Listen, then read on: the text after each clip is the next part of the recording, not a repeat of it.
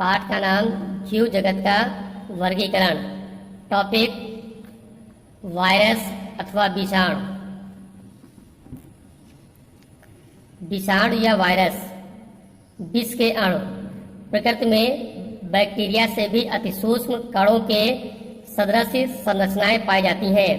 विषाणु ऐसे सूक्ष्मदर्शीय अकोशीय संक्रमित कण होते हैं जिनमें जीनोम के रूप में न्यूक्लिक अम्ल पाया जाता है। इसमें केवल डीएनए या आरएनए होता है। विषाणु जीवित कोशिकाओं में जनन की क्रिया दर्शाते हैं।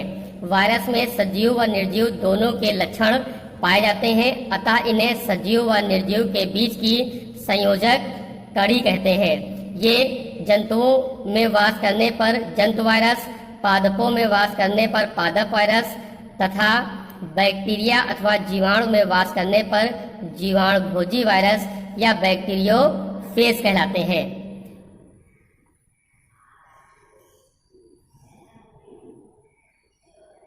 सर्वप्रथम वायरस की खोज का श्रेय मेयर एवं रूसी वनस्पति शास्त्री डीजे आवेनोस्की को जाता है। वायरस अविकल्पी अंतरकोशिक परजीवी है। इनके अध्ययन के लिए विषाणु विज्ञान वायरोलॉजी की स्थापना हुई है। वायरस की संरचना।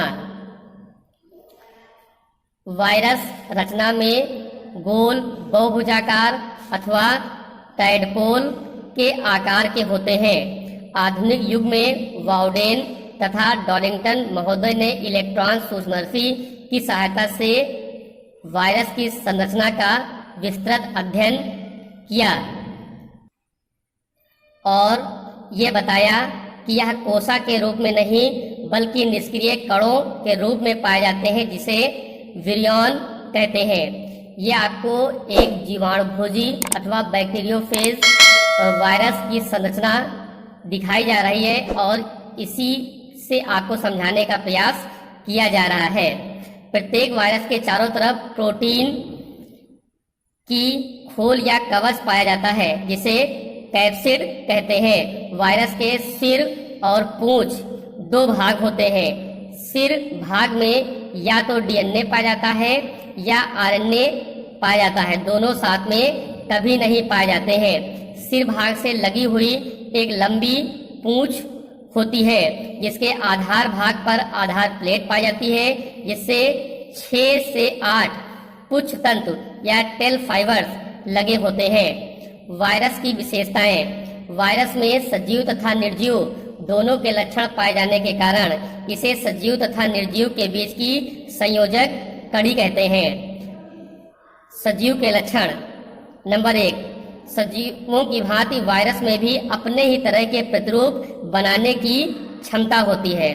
नंबर 2, सजीवों की भांति वायरस में भी जीन उत्परिवर्तन की क्षमता होती है। जीन्स अथवा गुणसूत्रों में हुए परिवर्तन को उत्परिवर्तन कहते हैं। नंबर 3, सजीवों की भांति वायरस में भी प्रोटीन संश्लेषण द्वारा अपने चारों तरफ ये कैप्सिड का निर्माण कर लेते हैं। निर्जीव के लक्षण।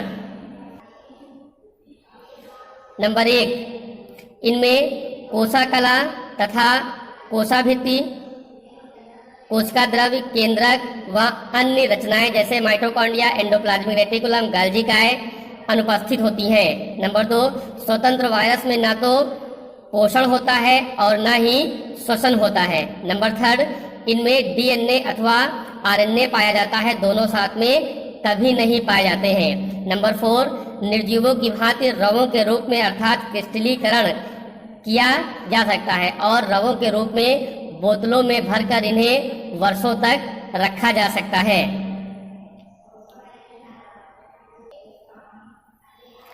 नेक्स्ट टॉपिक है आपका वायरॉइड्स। सर्वप्रथम अमेरिकी जीन वैज्ञानिक थियोडोर डायनर एवं रेमर ने वायरॉइड्स का पता लगाया। इन्होंने वायरस से भी सूक्ष्म कुछ संक्रामक कारकों को वायरॉइड्स कहा। थियोडोर डायनर के अनुसार आलू के इस रोग में आलू के कंद गिल्टीदार एवं चटक रंग के हो जाते हैं। इस रोग को आलू का तुर्क कंद रोग या स्पंडल ट्यूबर रोग कहते हैं। यह रोग वायरॉइड्स के द्वारा फैलता है। आलू के अतिरिक्त यह रोग तंबाकू, खीरा, नारियल आदि में भी पाया जाता है।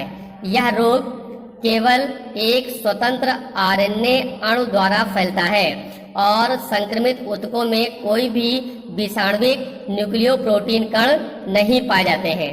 वायरस का संक्रमण प्रायः संपर्क में आने से होता है। Next topic, lichen. लाइकेन सहजीवन का सबसे अच्छा उदाहरण है।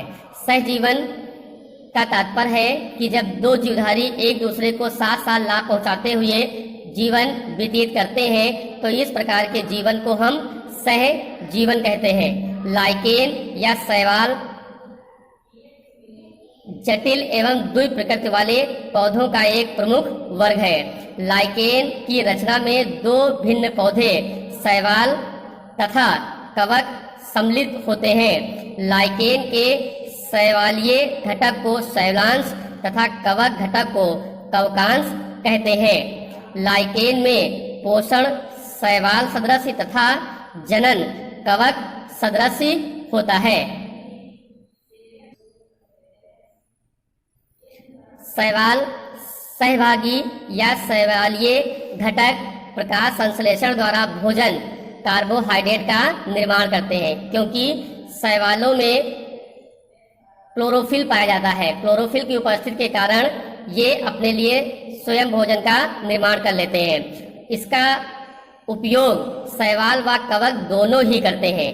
कवकांश घटक का प्रमुख कार्य जल का अवशोषण करना एवं उसका प्रतिधारण करना होता है, जिसकी सहायता से ये प्रकाश संश्लेषण द्वारा भोजन का निर्माण कर लेते हैं और बना हुआ भोजन शैवाल तथा कवक दोनों प्राप्त करते हैं। इस प्रकार यह दोनों जीवधारी एक दूसरे को साथ साथ लाभ पहुंचाते हुए जीवन व्यतीत करते हैं, जिसे कि हम सहजीवन कहते हैं।